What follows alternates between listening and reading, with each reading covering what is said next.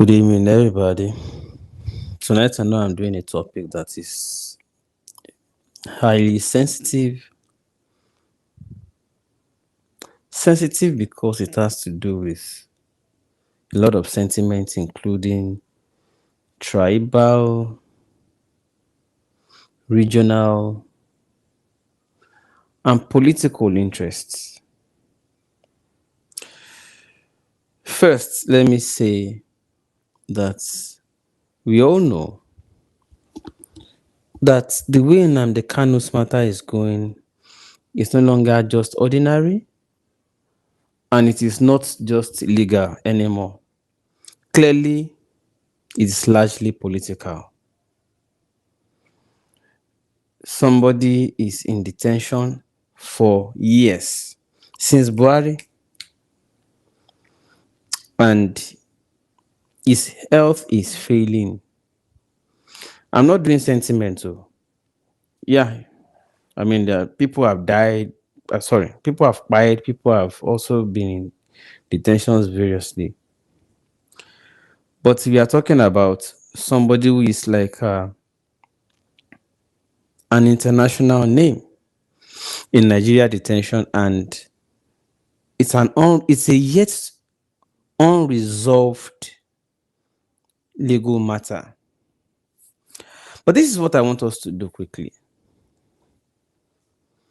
Omoyele Sowore called for a national protest to Aso Rock Villa to say it's beyond legal if we want to face it. If you truly care that this man should be released, then let's stop paying lip service. Let's all go. Let's march. It's a political matter. Let's resolve it politically. Let's face them politically and let them release this man. Now, there are arguments against why Nnamdi Kanu should not be released. And I've spent some time online for quite a while now. I greet you, Civic Space. I greet on X. I greet you, Paul George, on YouTube. Welcome, everybody. It's a sensitive topic. And I also understand. Shin Ogunye, you're welcome on Facebook. I also understand that most of the people who have been speaking against the release of Nnamdi Kanu are from his own region.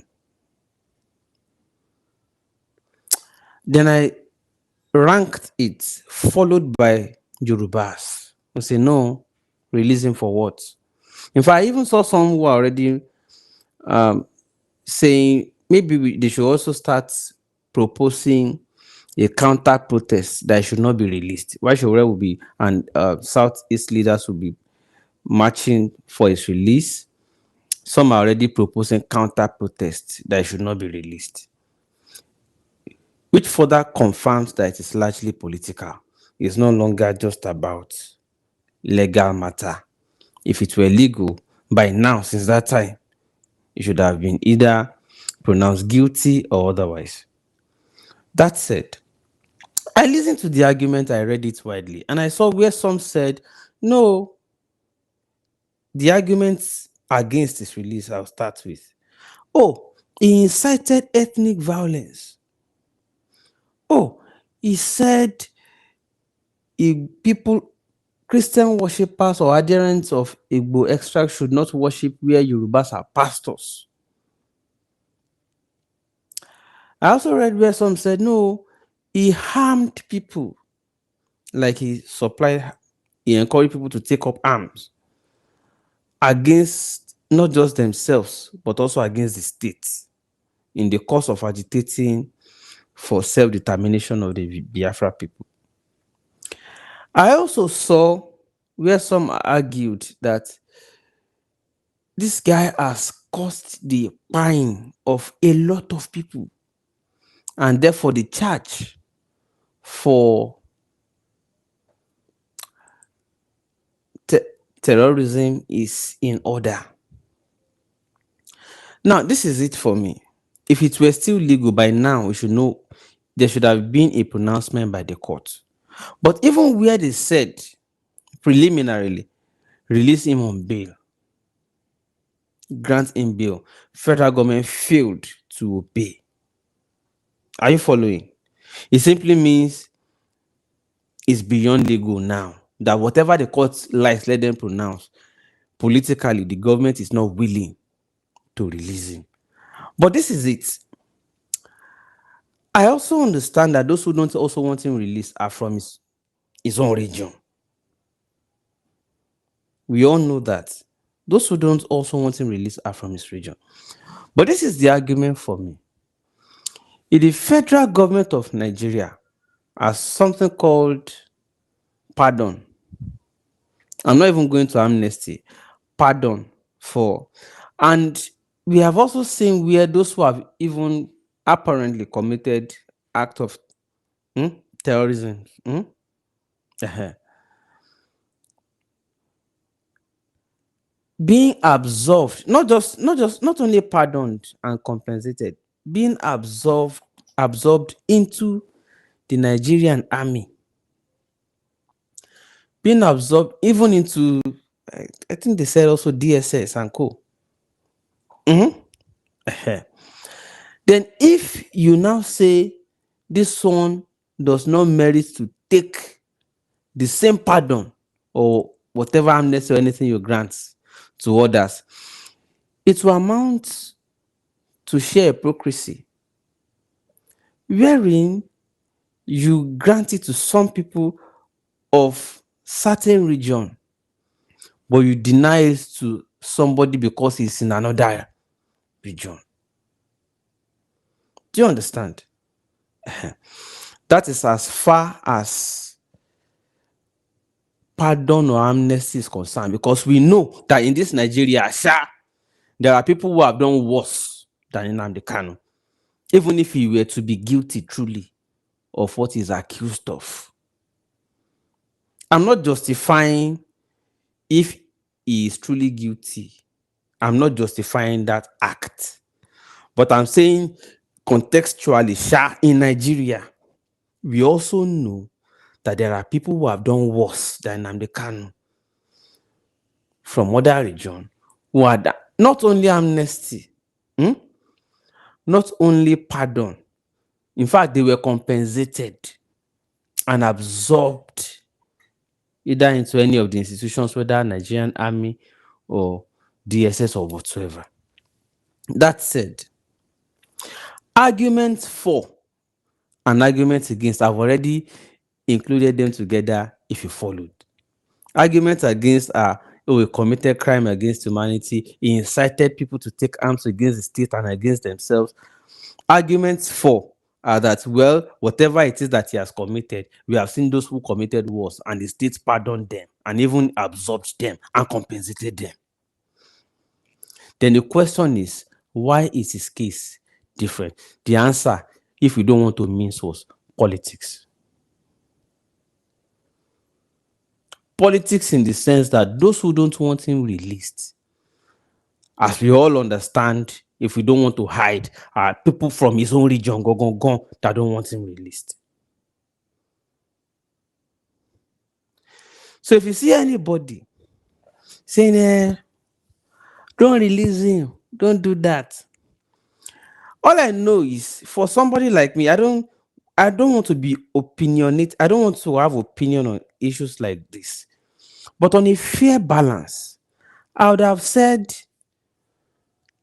all of us should call for his release. If government is not ready to try properly, then free him. And as we are freeing him, it will be conditional release. Me, I don't support unconditional release. But I don't also want harsh condition.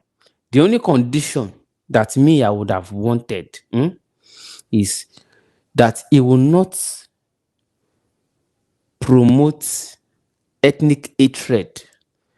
But that is not to say he will therefore lose his right to call for self-determination. No. Self-determination remains a right.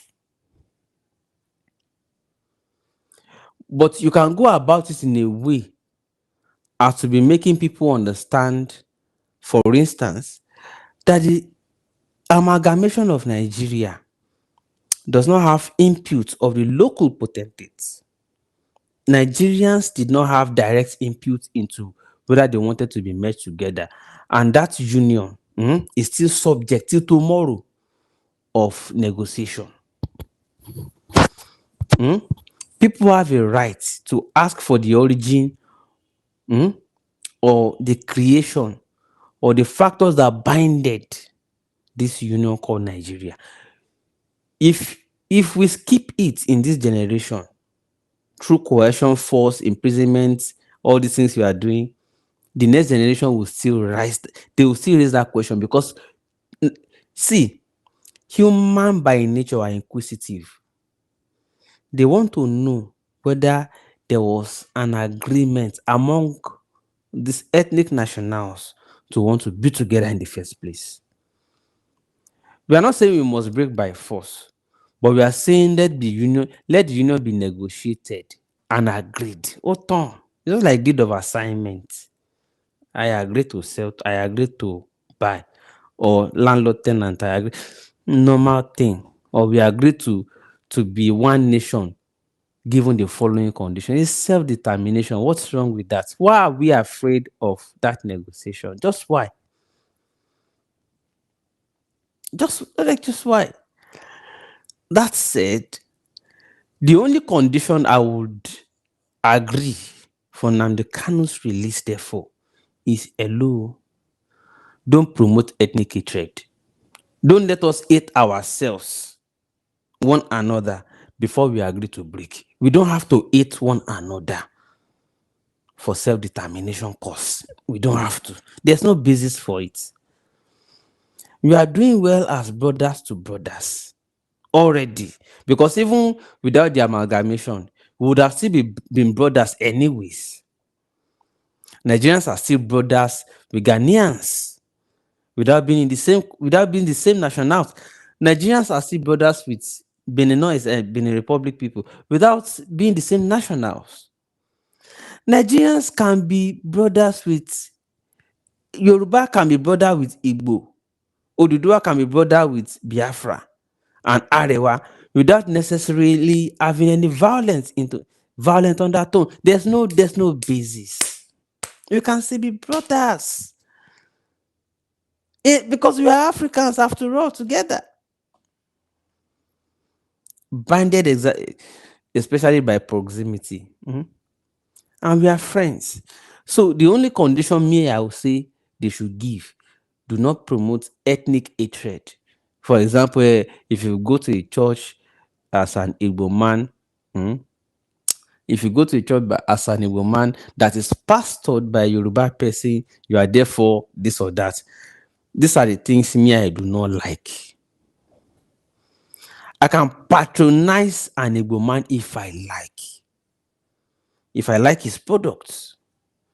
I can patronize a Hausa man if I like what he does. How he does it for me, I can patronize. I don't want hatred. That's all. But self-determination remains a right. It remains a right. Anybody can call for, let our region. How long have we been hearing? How long have we been hearing Ijo nation? There was a time Ijo people took up arms. There was movement for emancipation of Niger Delta. There have been so much. There have been so much. People have right to. They can be calling for it, and people don't answer them. It's not a problem. They can call for it, mobilize enough for it, and government answers them. But all I'm saying is, let it not be violent. Let's not promote hatred. And the same thing featured in our elections. Well, in fact, funny enough, the politicians who are persecuting Kanu are themselves the highest purveyors of regional and ethnic disagreements. If you see the way they are promoting this thing online during the last election, and even ahead of the next election. Hey, Nigeria government on the trial. I don't know how you guys do it. That you human beings with independent mind and can think, cranial capacity to think, will accept to abuse his own brother simply because he's from another tribe. I don't know how you guys do it in government too. Because me, I will now sit down and now be, why would this person abuse this other person? You have no right to decide how you were born. You had no right to decide whether you were born into Hausa, Igbo, or Yoruba. You came into this world already as who you are. But a normal human being should know by default that there's no problem with the tribe of the individual. You should have no problem naturally. God created these different ethnics to spice life up. So ever reason, some people will now gang themselves up and say, whoever has been given birth to by this other person, you must automatically be evil. Abba. But you like going to other people's places too. You like mixing with other people. Why? But why do you now hate your own brother? So for me, that's why anytime people try to push ethnic thing, I'll just ignore them. I just push them away. I just push them away. Don't push ethnic thing where I am.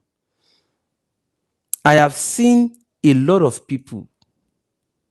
I've seen a lot of people who have done well by their friends. The way we grew up, we didn't even know tribe when we were growing up. The best of friends I had were not necessarily Yorubas. I'm not saying Yorubas are bad, but I'm saying I did not even know that we will grow up to later still have this tribe issue. I did not know. I did not know. We were just naturally flowing. Everybody just do their thing. I see sometimes I say, my brother, come and see. Hey, yeah, come on. We played together. We didn't know. We didn't know these things were going to feature later in life as major problem for us, all because of politics. The detention, the current and continuous detention of Nnamdi Kanu is political. That is why Shore is saying, forget, forget the legal aspect of this thing. If it were totally and truly legal, by now they should have been resolved. It's not legal. Let's approach it politically. Now, all of those who are paying lip services, today you pretend like you are writing letter. You pretend that you are you are talking to them. You are employing diplomatic means. For how many years the guy don't they die? They go. I understand that's why she already decided. No, if you are truly for freedom of